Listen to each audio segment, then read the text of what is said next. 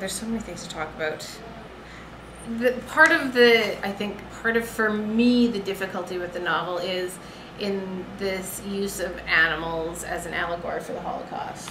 Because the taxidermy in general. For a number of reasons. One, as a society, we're not willing to use the words genocide or even Holocaust when we talk about Rwanda or what went on in the former Yugoslavia and things like that. As a society, we're not willing to extend those words to other people losing their lives based on their ethnicity, but yet we're willing to extend those words to animals and to the act of sort of killing and eating animals. I personally have not read any of that stuff because, okay, I'll say it, it's a load of bollocks, but but can I say bollocks on air?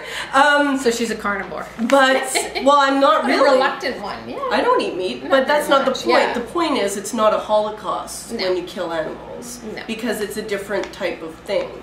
It's a different...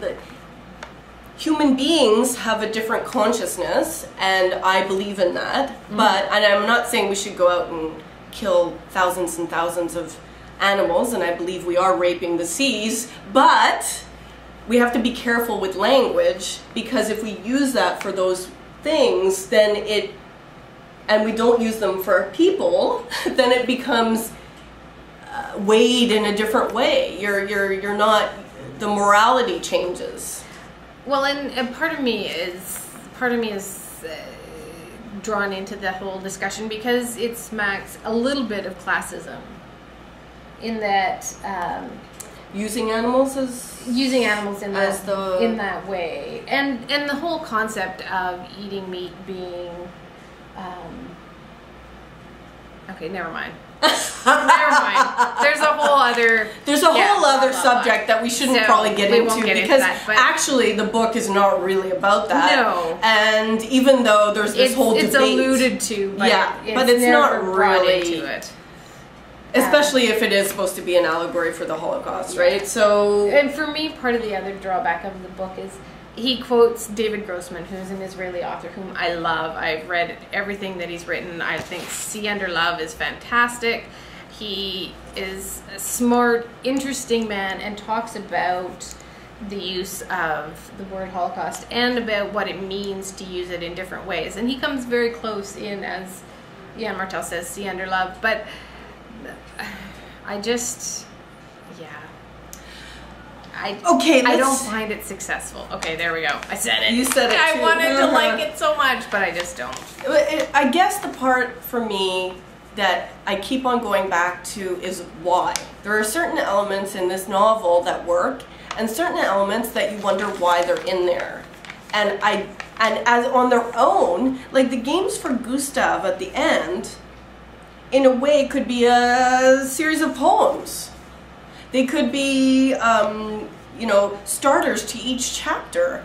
They could be, but they're tacked on to the end here after the climax of the story, which is surprising, and to say the least. Well, and then you think, well, would those have been more effective to have you questioning what you were reading throughout the novel instead of at the very end? Yeah. Because it might have illuminated things for the reader more effectively. Yeah.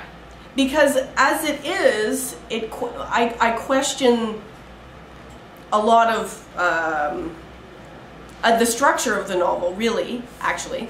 Maybe that's what it was. Maybe it's a structural problem. Because there's lots of things about it that I like, but it does seem to break down. Yes. In a number of places. So for me, okay, the game now for I'm all Gustav. rethinking the whole Henry thing. Well, of course maybe you he are, was arguing with himself. Well, maybe it's all a big allegory to for the him layers. sitting in his bedroom typing away and having writer's block. And well, exactly. I think that's the problem. I think that's the biggest problem. I think that there might be more to this book than you can read as a reader right away, and that's very difficult for people to do when you're a reader of Life of Pi, and then you're going and reading Yann Martel's second book, and you're expecting a different kind of level of book. I'm not sure it can succeed in the layers that may want it to succeed in. Yeah. Because of that. Like, Yeah. I don't think you can. See, for me, part of it also was the sentences, and I often, as I was reading it, I was often wondering if perhaps he had a new editor, because a lot of the sentences I thought, okay, if that sentence was half as long, it would be twice as powerful. Yeah. There were a lot of times in that book where I felt that way. Yes. That a lot of the, he said thoughtfully, that kind of thing could have... Yeah, there was a lot of that kind of like, and that's where the heaviness for me started. Like, I was like, okay, why are you doing that? Like, do we need to know? It was almost like there wasn't enough trust in me as a reader. Yes. To understand where he was going. Yeah, the meaning of where he was going, and therefore he wanted to guide me there, just in case I took a wrong turn. But then on the other hand, having said that, where are we being guided to, Yann? I'm sorry, I know, I wanted there's to like so it. much in this that was not realized because of the way he chose to write it, and I think that that's why it got such bad reviews in so many ways. Yeah, maybe. And, and here we are talking about it, which I think is unfortunate, because there are so many good books out there that we could be talking about. Not that this isn't worth talking about, but also, for me, the reason why I wanted to talk about it, after all, is because of part 1 of this series, where we talk about the publishing, the buzz around it, and how that is, the publishing world is strange this way. It's like people, get advances that are amazingly huge.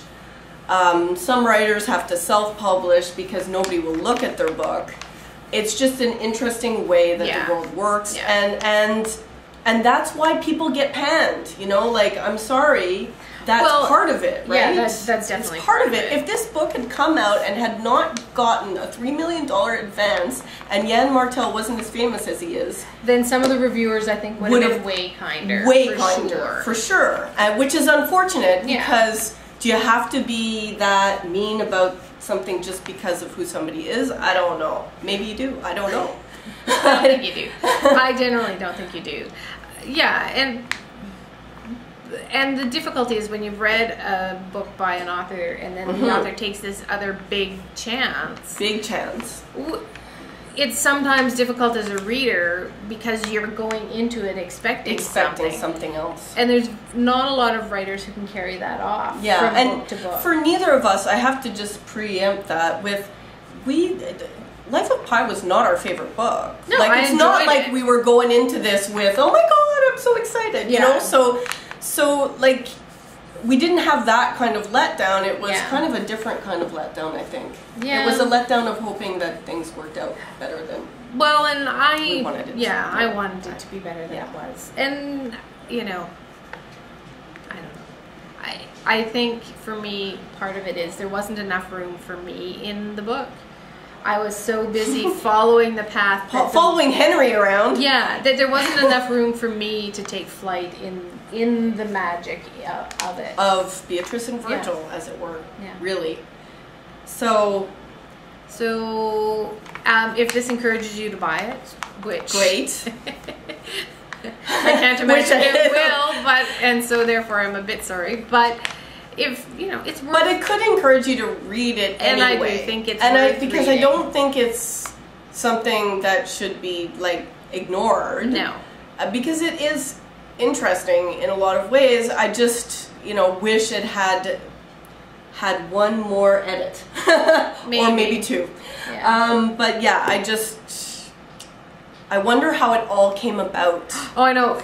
So many times you read a book and you're like, oh, it speaks to me and it resonates, and everything that I feel I can see in this book, and I never want to meet the author because I don't want to find out. I don't want to know. I don't want to know anything about the process because the book was mine and my reactions to it were mine, and I don't want to meet anyone who questions those. Whereas with this one, I'm like, you kind of want to sit down for a cup of tea with him and find out how this all happened, because There's so many layers to the book that could have worked either as a novella and a play, or the flip book that he talks about in the first chapter with his publisher. More interesting. That actually was appealing to me. I was like, oh, a flip book, and he actually did it on this. See this, and then it's on the other side. Yeah. And don't worry, Yann, as booksellers, if you ever want to do a flip book, we'll find a way. We'll put it everywhere. That's okay. We don't mind that kind of thinking outside the box. We like it.